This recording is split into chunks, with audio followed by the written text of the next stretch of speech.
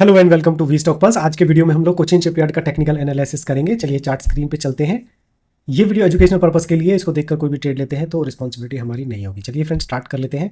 देखिए बड़े time frame से अगर आप देखना स्टार्ट करेंगे और मार्किंग करेंगे तो आपको ईजिली समझ में आएगा। तो यहाँ से आपको क्लियरली सारी पिक्चर समझाने की कोशिश करता हूँ कि देखिए प्राइस जो है वो यहाँ से, ये एक लेवल है जहाँ से चलना स्टार्ट हुआ था और इसने अपना ऑल टाइम हाई लगाया था। लेकिन उसके बाद से जैसे कि रिट्रेसमेंट होती है, हर स्टॉक जब कभी भी ऊपर जाता है तो नीचे ज़रूर आता है, जिससे कि हमें अपॉर्चुनिटी मिलती है। तो कभी भी ऐसे जब स्टॉक भाग रहा हो तो हमें एंट्री नहीं करनी चाहिए, हमें वेट करनी चाहिए प्रॉपर स्टॉक अपने जोन में आने के लिए। तो यहाँ पर आप देखेंगे ये वीकली जोन में आया था और उसके बाद में यहाँ से मूवमेंट मिली थी। लेकिन यहीं पर आप देखेंगे कि मैंने एक वीकली का जोन मार्क किया हुआ है, जैसे हम लोग सीलिंग जोन करते हैं, सीलिंग जोन बोलते हैं, और ये एक रेसिस्टेंस का काम करता है। सो यहीं पर प्राइस आया और वापस से नीचे आया, और इस बार पहले तो प्राइस जब चला था तो वो यहां तक आया था, लेकिन इस बार पूरा बॉटम तक गया है। यहां तक ये इसका बॉटम आप देख पा रहे हैं ना, यहीं से ही, क्योंकि यहीं से ही रिवर्सल स्टार्ट हुआ था। इवन ये नीचे भी नहीं गया है, यहीं से ही बिल्कुल बॉटम तक आने के बाद में इसमें फिर से हमें अच्छी खासी मूवमेंट देखने को मिली। अब ऊपर फिर से एक रेसिस्टेंस टाइप का बना हुआ होगा, लेकिन उसकी मार्किंग मैंने नहीं की है। लेकिन अगर आप देखेंगे कि ये लगभग ऊपर के पूरे जोन में पहुंच गया था यहां तक, तो इस जोन से टकराने के बाद में वापस आया, लेकिन यहां पर एक जोन और बना हुआ था, इसको भी ब्रेक कर दिया। तो मींस की सेलिंग प्रेशर मार्केट में काफी ज्यादा था, तो यहां तक नीचे गया। लेकिन इस बार देखिए, अगर मैं यहां पर ये वाले जोन का कंपैरिजन करूं, जो ये वाला है, ये तो सिर्फ एक वीकली जोन है। वीकली जोन में आने के बाद में ही इतनी अच्छी मूवमेंट मिली थी। लेकिन इस बार जो मूवमेंट है, अगर मैं यहां पर मार्किंग करके आपको दिखाता हूं, जो मैंने अभी मार्क किया है, ये यहां पर जो मैंने लिखा है, ये लिखा हुआ है डिमांड जोन क्यू। इसका मीन से ये है क्वार्टरली। जब क्वार्टरली डिमांड जोन होता है तो इसके चलने के चांसेस ज्यादा होते हैं, क्योंकि ये काफी स्ट्रांग होता है। ये 3 महीने का जोन है। लेकिन अब इसमें प्रॉब्लम यह है कि इसकी जो रेंज है वो काफी बड़ी है। रेंज स्टार्ट होती है 1636 से लेके और 1200 तक। तो अगर मैं यहां पर ट्रेड का प्लान करता हूं तो मेरा जो एसएल है वो बहुत ज्यादा हो जाएगा। तो हम क्या करते हैं, रेंज को छोटी करने के लिए ना छोटे टाइम फ्रेम पे जाकर एक और जोन की मार्किंग करते हैं, अगर हमें मिलता है तो।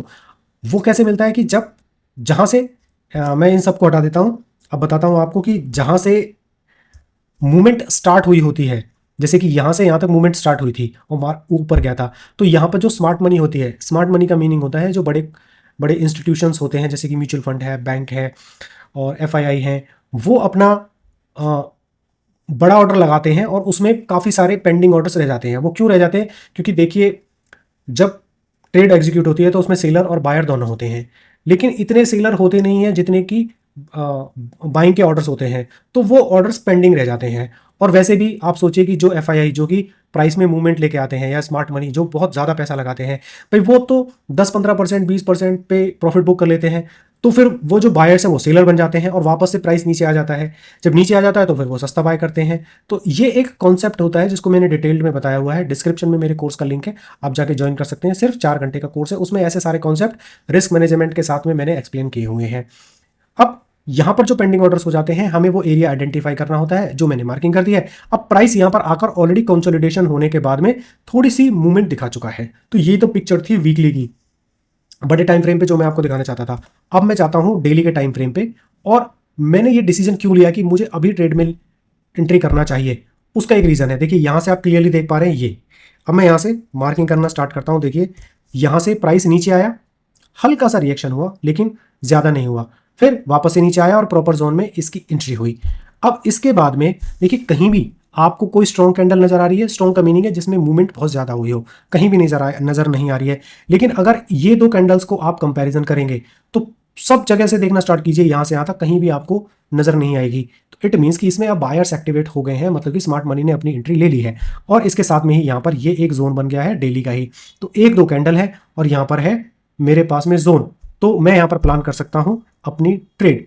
उस ट्रेड को मैं किस तरह से एग्जीक्यूट करूंगा कि भाई यहां पर मेरी एंट्री हो सकती है, यहां पर मेरी स्टॉप लॉस हो सकती है, ठीक है। और अगर स्टॉप लॉस को थोड़ा आप बड़ा कर सकते हैं तो थोड़ा सा और नीचे लेके यहां पर भी जा सकते हैं, बट मैं यहीं पर रखूंगा, क्योंकि इससे ज्यादा जाएंगे तो मेरा जो कैपिटल है वो बढ़ जाता है, मतलब कि बहुत ज्यादा दिन के लिए होल्ड हो जाता है, जिससे कि मैं बाकी ट्रेड नहीं ले पाता हूं। सो यहां से यहां तक आप इजिली, मतलब कि पहले आप 1:2 का टारगेट लीजिए थोड़ा सा, उसके बाद में आप ऊपर देखेंगे तो कुछ भी नहीं है रोकने के लिए। आप यहाँ पर एक थोड़ा सा प्लान कर सकते हैं 2000 के आसपास में कि यहाँ पर थोड़ा सा रेसिस्टेंस हो। बाकी वैसे मुझे बड़े टाइम फ्रेम पे कुछ लग नहीं रहा है। सो अपने प्रॉफिट और रिस्क मैनेजमेंट के अकॉर्डिंगली इसमें प्लान कर सकते हैं। तो ये था मेरा सेटअप और टेक्निकल एनालिसिस। होपफुली आपको अच्छा लगा होगा। इससे रिलेटेड या किसी अदर स्टॉक से रिलेटेड आपकी क्वेश्चन या क्वेरी है, सो कमेंट सेक्शन में लिखिए, मैं उस पर वीडियो बनाने की डालने की पूरी कोशिश करूंगा। Thank you friends for watching my video. Please come back again for such wonderful videos related to the stock market. Also इस वीडियो को अपने फ्रेंड्स और फैमिली जो शेयर ट्रेडिंग में, शेयर इन्वेस्टमेंट में इंटरेस्टेड होते हैं उनके साथ भी शेयर कीजिएगा। Thank you friends for watching. Thanks once again.